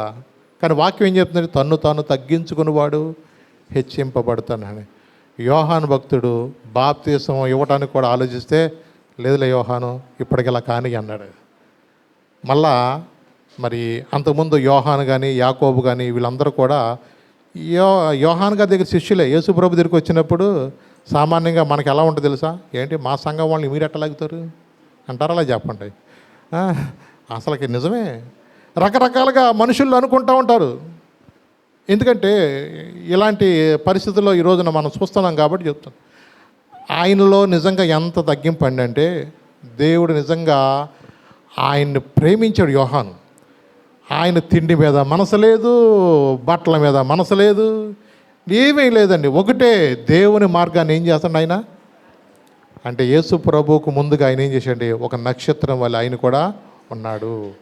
ఆయన వద్దకు వచ్చి వాళ్ళందరికీ కూడా సర్ప సంతానమా, రాబో ఉగ్రత గుండి మీకు బుద్ధి చెప్పిన వాడు ఎవడని ముందే వాళ్ళని హెచ్చరించాడండి. అక్కడ రాబో ఉగ్రత గురించి కూడా ఆయన హెచ్చరిస్తున్నాడు. ఎందుకంటే యేసుప్రభు వారు ఈ లోక రక్షకుడుగా రావడం కాదు, మళ్ళా రాబో ఉగ్రతలో కూడా మీరు తప్పించబడాలంటే ఏసే మార్గమని ఆయన గురించి చెప్తున్నాడండి. నిజమే. ఈ రోజున మనం అనుకోవచ్చు, దేవుని బిడ్డలుగా నక్షత్రం వలె ప్రకాశించేవారు ఉంటున్నామా, నక్షత్రం వలె మార్గం చూపించేవారు ఉంటున్నామా? అలాగే నక్షత్రము అనేది మహానందాన్ని కూడా ఇస్తుంది. ఏమిస్తుంది అంటే, ఒక వ్యక్తి నక్షత్రం లాగా బ్రతికితే నిజమైన ఆనందం ఉంటుందండి. నిజమే. అపోస్తుల కార్యాల్లో చూడండి మీరు ఒకసారి. అపోస్తుల కార్యాలు 8వ అధ్యాయం 6 నుంచి 8 చూస్తే, సమరయ ప్రాంతంలో ఫిలిప్పు ఆ ప్రాంతంలో ఎంత సంతోషంగా నిజంగా పరిచర్య చేశాడో చూడండి ఒకసారి. జనసమూహములు విని ఫిలిప్పు చేసిన సూచక క్రియలను చూచినందున అతడు చెప్పిన మాటలు యందు ఏకమనసుతో లక్ష్యముంచగా అనేకులను పట్టిన అపవిత్రాత్మలు పెద్ద కేకలు వేసి వారిని వదిలిపోయాను. చదువు. పక్షవాయువు గలవారును కుంటివారును అనేకులు స్వస్థత పొందిరి. అందుకు ఆ పట్టణములో మిగుల సంతోషము కలిగెను. అది ఏం కలిగిందంటే, అంటే చూడండి, యేసు ప్రభు వారి దగ్గర నిజంగా నేర్చుకున్న ఏ వ్యక్తి అయినా సరే ఎలా ఉంటాడంటే, ఒక మార్గం చూపించే వ్యక్తి ఉంటాడు, అలాగే ప్రకాశించే వ్యక్తి ఉంటాడు. ఇంకో వ్యక్తి ఎలా ఉంటాడంటే ఆనందింపజేసే వ్యక్తిగా ఉంటాడు. అంటే ఆ పట్టణం అంతా కూడా ఎంత సంతోషం అంట. ఏమండి, ఇంట్లో రోగాలు లేకపోతే సంతోషంగా ఉండదా చెప్పండి? అలాగే ఆ ఊళ్ళల్లో ఎవడో కూడా కుంటోళ్ళు లేడు, గుడ్డోళ్ళు లేడు, దెయ్యాలు పట్టినోళ్ళు లేడు, ఒక్క రోగంలో కూడా లేకోకుండా అంత ఆరోగ్యంతో అందరం ఎక్సర్సైజ్ చేసుకుంటూ సంతోషంగా ఉంటుంటే ఎవడ సంతోషం? ఆ పట్టణంలో ఎంత సంతోషం అండి. ఎడారి త్రోవలు నే నడచినా, ఎరుగని మార్గములు నన్ను నడిపినా, నా ముందు నడచిన జయ వీరుడా, నా విజయ సంకేతమా. ఎడారి త్రోవల్లో నే నడిచినా, ఎరుగని మార్గములు నన్ను నడిపినా, నా ముందు నడచిన జయ వీరుడా, నా విజయ సంకేతమా. నీవే నీవే నానందము, నీవే నీవే నా ఆధారము, నీవే నీవే నా ఆనందము, నీవే నా ఆధారము. సుమధుర స్వరముల గానాలతో వేలాది దూతల కళ్ళములతో కొనియాడబడుచున్న నా యేసయ్యా, నీకే నారాధనా. మహానానందమే నాలో పరవశమే, నిన్ను స్తుతించిన ప్రతి క్షణం. మహదానందమే నాలో పరవశమే, నిన్ను స్తుతించిన ప్రతి క్షణం. సుమధుర స్వరముల గానాలతో వేలాది దూతలతో కొనియాడబడుచున్న నా యేసయ్యా, నీకే నా ఆరాధనా. నక్షత్రం ఏం చేస్తుందంటే ప్రకాశిస్తుంది, మార్గాన్ని చూపుతుంది. అలాగే నక్షత్రం ఏం చేస్తాయి, ఆనందాన్ని కూడా మనకు కలిగజేస్తుంది. అవునండి, ఎందుకంటే నువ్వు కష్టం ఉన్నప్పుడు, నువ్వు వేదనలో ఉన్నప్పుడు దేవునికి ఇష్టం ఉండదు. పండగ దినాల్లో కూడా కొన్నిసార్లు కొన్ని కుటుంబాల్లో వేదన, కృంగుబాటు, నిరుత్సాహం, అప్పుల బాధ ఉండటం కూడా దేవునికి ఇష్టము ఉండదండి. నిజమే. నీ దరిద్రతను తీసివేయటానికి, నీలో ఉన్న శాపాన్ని తీసివేయటానికి, నీలో ఉన్న ప్రతి వేదన కూడా తొలగించడానికి ఆయన లోక రక్షకుడికి వచ్చాడు. ఆయన గురించి చెప్పబడిన మాట యెషయా భక్తుడు ఒక మాట చెప్పాడు. 61వ అధ్యాయంలో చూడండి. దీనులకు సువర్తమానం ప్రకటించడానికి వచ్చాడంట. ఎవరికి వచ్చాడంట ఆయన? చదువును ఒకసారి. యెషయా 61 మొదటి వచనం చదువును ఒకసారి త్వరగా. ప్రభువగు యెహోవా ఆత్మ నా మీదకు వచ్చినది, దీనులకు సువర్తమానం ప్రకటించడానికి. అది నలిగిన హృదయం గల వారిని ఏం చేస్తాడంట? ఆయన దృఢపరుస్తాడంట. చెరలో ఉన్న వారికి ఏం చేస్తాడు ఆయన? ఏ చెర? అప్పులు. జనాల్ని బాగా కట్టేసింది, అర్థమైందా? 5 రూపాయల వడ్డీ కట్టలేక, 3 రూపాయల వడ్డీ కట్టలేక, ఇక వస్తువులన్నీ కూడా తాకట్లో ఉండటం, ఇలాంటి పరిస్థితుల్లో ఏమీ చేయలేక కొన్నిసార్లు వాళ్ళ జీవితాల్లో కృంగిపోయి ఉంటారు. చెరలో ఉన్న వారికి కూడా ఏమి ఇస్తారంటమ్మా?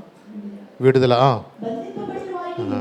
బంధింపబడిన వారికి చీకటి శక్తులు చాలామందిని త్రాగుడి చేత కట్టివేయబడిన పరిస్థితులు ఉన్నారు ఇవాళ. చాలామంది కూడా ఖైనీలు కట్టివేయబడి ఉన్నారు. చాలామంది కూడా ఇవాళ పేకాట కట్టివేయబడినారు. చాలామంది ఇవాళ కోడి పందాలకి రెడీగా ఉన్నారు. కొక్క అని పొద్దున్నే ఆ స్వరం అనేది వినపడపోతే మనోడికి నిద్ర పట్టదు. మీరు కాదులే. చాలామందిలో ఎలా ఉంటుందంటే ఆ కోడి పుంజే తానే కోడి పుంజు అన్నట్టుగా కోడి పుంజే సర్వస్వం అనుకున్న బతికేవాళ్ళు చాలామంది ఉన్నారు. జీడిపప్పు ఏనాడు తినడేమో కానీ పెళ్ళిలోకి వెళ్తే తింటాడో కదప్ప, ఇంట్లో ఏనాడు తినడు. దానికి మాత్రం పిస్తా వేస్తాడు, జీడిపప్పు వేస్తాడు, దానికి రకరకాలైన ఫుడ్ తీసుకొచ్చి పెడతా ఉంటాడు. నిజమే. సల్లో ఈడేనాడు స్నానం చేయిపోయిన దానికోసం సల్లో వెళ్ళి స్నానం చేపిస్తాడు. దేనికి? ఈడేనాడు సబ్బు కూడా రద్దుకోడు, కానీ దానికి మాత్రం ఏం చేస్తారు? నీళ్ళలో తీసుకెళ్ళి ఈత కూడా నేర్పిస్తారు. నిజమే. అంత ట్రైనింగ్ కూడా ఇస్తున్నారు ఇవాళ. అంటే వాళ్ళ మనసంతా చూడండి ఎలా ఉంది వాళ్ళకి. అంటే వాళ్ళకి అనుకుంటున్నాడు ఈ రోజున చాలామంది కూడా బంధించబడిపోయి ఉన్నారు ఇవాళ. అందుకనే వేకువ చుక్క, యేసుప్రభుని గురించి కూడా చెప్పబడింది, ఆయన వేకువ చుక్క వలె ఉన్నాడని. ఆయన ఒక నక్షత్రము వలె. నిజమే. ఈ రోజున చాలామంది కూడా చీకట్లో ఉన్న జనులకు గొప్ప వెలుగును ఆయన మనకి ఇవ్వటానికి వచ్చాడండి. అందుకని ఎవరైతే ఈ రోజున ఆయన నక్షత్రం వలె బ్రతుకుతారో, అంటే ఆయన చూపించే వ్యక్తిగా ఎవరైతే ఉండాలని ఇష్టపడుతున్నారో, దేవుడు నిజంగా వారిని ఎంతగా లేవనెత్తాడంటే వారు అనుకోవచ్చు ఏదో ఈ భూలోకంలోనే కొంతకాలం మెరుస్తుంది అనుకుంటారేమో. లేదు. దానియేలు భక్తుడు ఒక మాట చెప్పాడు, మీరు చూసుకోండి కావాలంటే. 12వ అధ్యాయంలోకి రండి, 3వ వచనం చూడండి. ఎవరైతే నీతి మార్గంలో అనుసరించి నడుచుకున్నట్లుగా, చదువునాను ఒకసారి. బుద్ధిమంతులైతే అబ్బాబా ఎలాగంటే ఆకాశ మండలంలోని జ్యోతుల వలె ప్రకాశిస్తారు. నీతి మార్గమును అనుసరించి నడుచుకున్నట్లు. అది ఏనండి, అనేకులను ఎవరైతే వాళ్ళు తిప్పుతారో, ఎలాగంటాడు? మనమేమో ఏదో మినుగుడు గోవు అంటారు చూసారా కొన్నిసార్లు. చిన్నపిల్ల పట్టుకుని జేబులు వేసుకున్న బాగుందని చూసుకుంటారే. ఆ మినుగుడు గోవులాగా ఉండటానికి కాదండి, ఆ నక్షత్రం అనేది ఎలాగైతే ప్రకాశిస్తుందో. ఎప్పుడు నుంచి చూస్తున్నారా మీ నక్షత్రాలు? నువ్వు పుట్టినా చూస్తున్నావు అనుకుంటారు కొన్నిసార్లు. నిజమే, మనం పుట్టినాక చూసాం. కానీ మీ తాత, మా తాత, అందరి తాతలు పుట్టకముందే దేవుడు అట్లా ఏం చేశాడు? సృష్టించాడు. అంటే కొన్ని వేల సంవత్సరాల నుంచే ఉండొచ్చేమో ఒకవేళ. అవి ఎంతకాలం నుంచి ఉన్నాయో నీవు నేను వాటిని కరెక్ట్గా నిర్ణయించలేము. కానీ చూడండి, మరి వాటి ఎంతో కాలము నుండి కూడా అవన్నీ కూడా వాటి దేవుని మాట వింటనయా లేదా?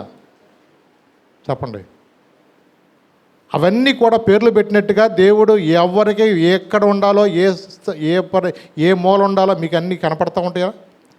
మీకు తెలుసు ఏ నక్షత్రం ఎక్కడ ఉంటుందో, ఏ ప్రాంతంలో ఎటు ఉంటాయో.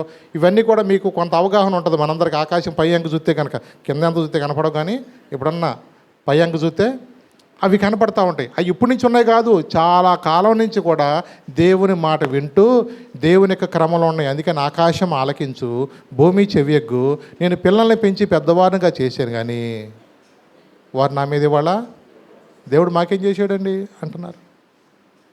ఎద్దు తన కామందుని ఎరుగును, గాడిద తన సొంతవాని తోటి తెలుసు, నా ప్రజలకు తెలివే లేదు.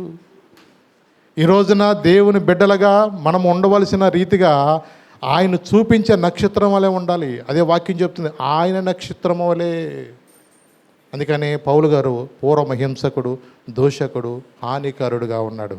అలాంటి వ్యక్తి దేవుని యొక్క గొప్ప వెలుగు ఆయన దర్శించినప్పుడు ఆయన హృదయంలో ఎంత మార్పు అంటే 3 రోజుల ఉపవాస ప్రార్థనలో ఇక ఆయన ఒక నిర్ణయించుకున్నాడు, నిజమైన దేవుడు ఆయనే, నిజమైన గొప్ప వెలుగు ఆయనే. చీకట్లో ఉంటూ కూడా నేను ఏదో ప్రార్థన వల్ల అందరినీ కూడా బాధ పెట్టాలనుకున్నా కానీ ఆయన నన్ను చంపాలంటే గూసేపట్లో చంపేదలు పరిచేవాడు. ఆయన ప్రేమ మామూలు ప్రేమ కాదండి. నాలాంటి వాడిని కూడా ప్రేమించాడా? కేవలము ఆయనకు వ్యతిరేకంగా నేను బ్రతుకుతూ ప్రార్థన చేసుకునే వాళ్ళ చిత్రహింసలు పెడుతూ జాలి దయ అంటూ లేకుండా గుర్రాలు కట్టేసి ఈడ్చికెళ్ళిపోతున్నా నేను అంత మూర్ఖుడిగా బ్రతుకుతున్న నా జీవితంలో ఆయన చంపేయడానికి ఒక నిమిషం పట్టదే. అలాంటి గొప్ప స్వరముతో నాతో మాట్లాడి నన్ను దర్శించిన ఆ యేసయ్య కోసం నా జీవితకాలము కూడా నేను బ్రతుకుతానని ఆయన ఒక నిర్ణయం తీసుకున్నాడు. బ్రతుకుట క్రీస్తే, సావైతే లాభము. ఆయన ఎలా ఉన్నాడు తెలుసా? అన్ని జనులకు త్రోవ చూపే నక్షత్రముగా ఉన్నాడు, ప్రకాశించే నక్షత్రంగా ఉన్నాడు. చీకట్లో ఉంటూ దేవుని అంటూ ఎరగని అన్ని జనుల మధ్య గొప్ప కుటుంబాల ఆనందం ఇచ్చే ఒక నక్షత్రంగా ఉన్నాడు. మరి దేవుడు నిన్ను కూడా నన్ను కూడా ఆయన నక్షత్రం వల్లే ఆయన చూపించాలని కోరుకుంటున్నాడు. మన ఈ లోకంలో ఏదేదో సంతోషం ఉందనుకున్నాం. లేదు, దేవుని కొరకు నువ్వు ఎప్పుడైతే నువ్వు నిలబడతావో, అక్కడ వాక్యంలో అందరూ మనం చదువుకున్న వాక్య భాగంలో దానియేలు భక్తుడు చెప్తున్నాడు చూరా, నీతి మార్గం అనుసరించి. ఏ మార్గం అంటే? నీతి మార్గం అనుసరించి అనేకులను ఎక్కడికి తిప్పాలంట? ప్రభు వైపుకు నువ్వు ఎవరివైతే తిప్పుతావో నిరంతరము ప్రకాశించే ఆ నక్షత్రాల వల్లే నువ్వు ఉంటావు. అంటే రెండవ మరణం అనేది వారికి ఉండదు. ఏ మరణం ఉండదు? రెండవ మరణం ఉండదు. ఎన్ని వేల సంవత్సరాలైనా, ఎన్ని లక్షల సంవత్సరాలైనా దేవుడిచ్చే నిత్య ఆనందం పొందుకుంటాం. ఆయన ఇచ్చే గొప్ప సంతోషం పొందుకుంటాం. ఆ సంతోషం నీకు కావాలంటే నేడే రక్షకుని నువ్వు అంగీకరించాలా. నువ్వు మందిరానికి వస్తున్న నీ జీవితం నా జీవితం మార్చుకుని ఆయన నక్షత్రం వల్లే మనం మారితే దేవుడిచ్చే నిత్య సంతోషం పొందుకుంటాం, నిత్య జీవాన్ని మనం పొందుకుంటాం, అనేక మందికి ఆశీర్వాదకరంగా మనము ఉంటాము. లేచి నిలబడదాం, చిన్న ప్రార్థన చేసుకుందాం. ప్రభా, ఆ దినమందు ప్రభా జ్ఞానులు నడిపించిన నక్షత్రము ఎలాగైతే ప్రభా అయా ఆ యొక్క యెరూషలేము వరకు వారు నడిపించినట్లుగా, ఆ శిశువైన బాలుడు ప్రభా ఉన్న ఆ స్థలముకి ఎలా నడిపించినట్లుగా ప్రభా ఎలాగైతే వారికి ముందుగా నడిచిందో, ఈ రోజున నాయనా నీవు మళ్ళా తిరిగి రానయ్యున్న దేవుడు గనుక ప్రభా అనేకులను క్రీస్తు వైపుకు నడిపించే నక్షత్రం వలె నా బ్రతుకు ఉండటానికి సహాయం చేయమని ఈ దినమందు మనం కూడా అడుగుదాం. ప్రభా మీ మార్గాన్ని సరళము చేయటానికి యోహాను భక్తుడు ఎలాగైతే ముందుగా వచ్చాడో అలాగే నీవు మళ్ళా తిరిగి రానయ్యుంటుండగా ప్రభా అనేకులను క్రీస్తు వైపుకు నడిపించడానికి ప్రభా నిజమైన మనశ్శాంతి, నిజమైన సమాధానము, నిజమైన ఆనందము ప్రభా అనేక మందికి ప్రభా లేని వారికి కూడా ప్రభా నిజమైన మార్గాన్ని చూపించే నక్షత్రం వలె నన్ను కూడా స్థిరపరచయ్యా, నన్ను కూడా బలపరచు ప్రభా. వాక్యము చేత నాతో మాట్లాడుతున్నందుకు వందనాలు. నిజమే ప్రభా, డేవిడ్ లివింగ్స్టన్ గొప్ప దైవజనుడు ప్రభా. అనేక మంది ఆఫ్రికా ఖండంలో చీకటి ఖండంగా పిలువబడుతున్న మనుషుల మధ్యలో ప్రభా అనేక మందికి మార్గదర్శకుడు ఉన్నాడయ్యా. అనేక మంది చీకటిలో ఉన్న బ్రతుకులకు వెలిగించే నక్షత్రం ఉన్నాడు ప్రభా. అనేక కుటుంబాల్లో ప్రభా తండ్రి నాయన సంతోషం లేని కుటుంబాలకి సంతోషం ఇచ్చే కుటుంబంగా వ్యక్తిగా ఉన్నాడు ప్రభా. నిజమే ప్రభా, నిజమే. ఈ దినమందు ఎంతో వాక్యం వింటున్న నా జీవితంలో, మా జీవితంలో మేము ప్రార్థనకు ఎప్పటి నుంచో వెళుతున్నాం అనుకుంటాం, కానీ నిన్ను చూపించే నక్షత్రం వల్లే ఉండాలని, నీ యొక్క మార్గాన్ని సరళం చేసే నక్షత్రాలకు మేము ఉండాలని, అనేక మందికి నిత్య జీవం వైపు నడిపించే నక్షత్రాలకు ఉండాలని మమ్మల్ని కోరుకుంటున్నందుకు వందనాలు. నీ వాక్యం అలా స్థిరపరచండి, నీ వాక్యం అలా బలపరచండి. అనేక మందికి ఆశీర్వాదకరంగా దీవెనకరంగా మా బ్రతుకులు ఉండున్నట్లుగా ప్రభా మమ్మల్ని సరైన మార్గంలో నడిపించి, ఆ దినమందు అబ్రహామును గురించి నువ్వు మా మధ్య మహారాజుగా ఉన్నావని చెప్పారయ్యా. అయా ఇస్సాకును గురించి అయా నువ్వు మా మధ్య ప్రభా నాయన ఎలాగైతే గొప్ప వ్యక్తి బలవంతుడిగా ఉన్నావని, ఆకీషరాజు అయితే నువ్వు దేవదూతగా ఉన్నావు దావీదు గురించి చెప్పినట్లుగా ఈ దినమందు మేము కూడా ప్రభా అనేక మందికి ఆశీర్వాదకరంగా మా జీవితంలో ఉండవు సహాయించండి. నీ వాక్యం అలా స్థిరపరచండి, బలపరచండి ప్రభు. నిజమైన క్రిస్మస్ సంతోషం, ఆనందము ప్రతి కుటుంబానికి దయచేసి అయా నాయనా నీ మార్గము సరళం చేసే వ్యక్తులుగా ఆయన నక్షత్రం వలె బ్రతికే బ్రతుకులు నాకు మాకు దయచేయమని నా జడని యేసు నామమున నడుచున్నాను తండ్రి. ఆమేన్, ఆమేన్, ఆమేన్.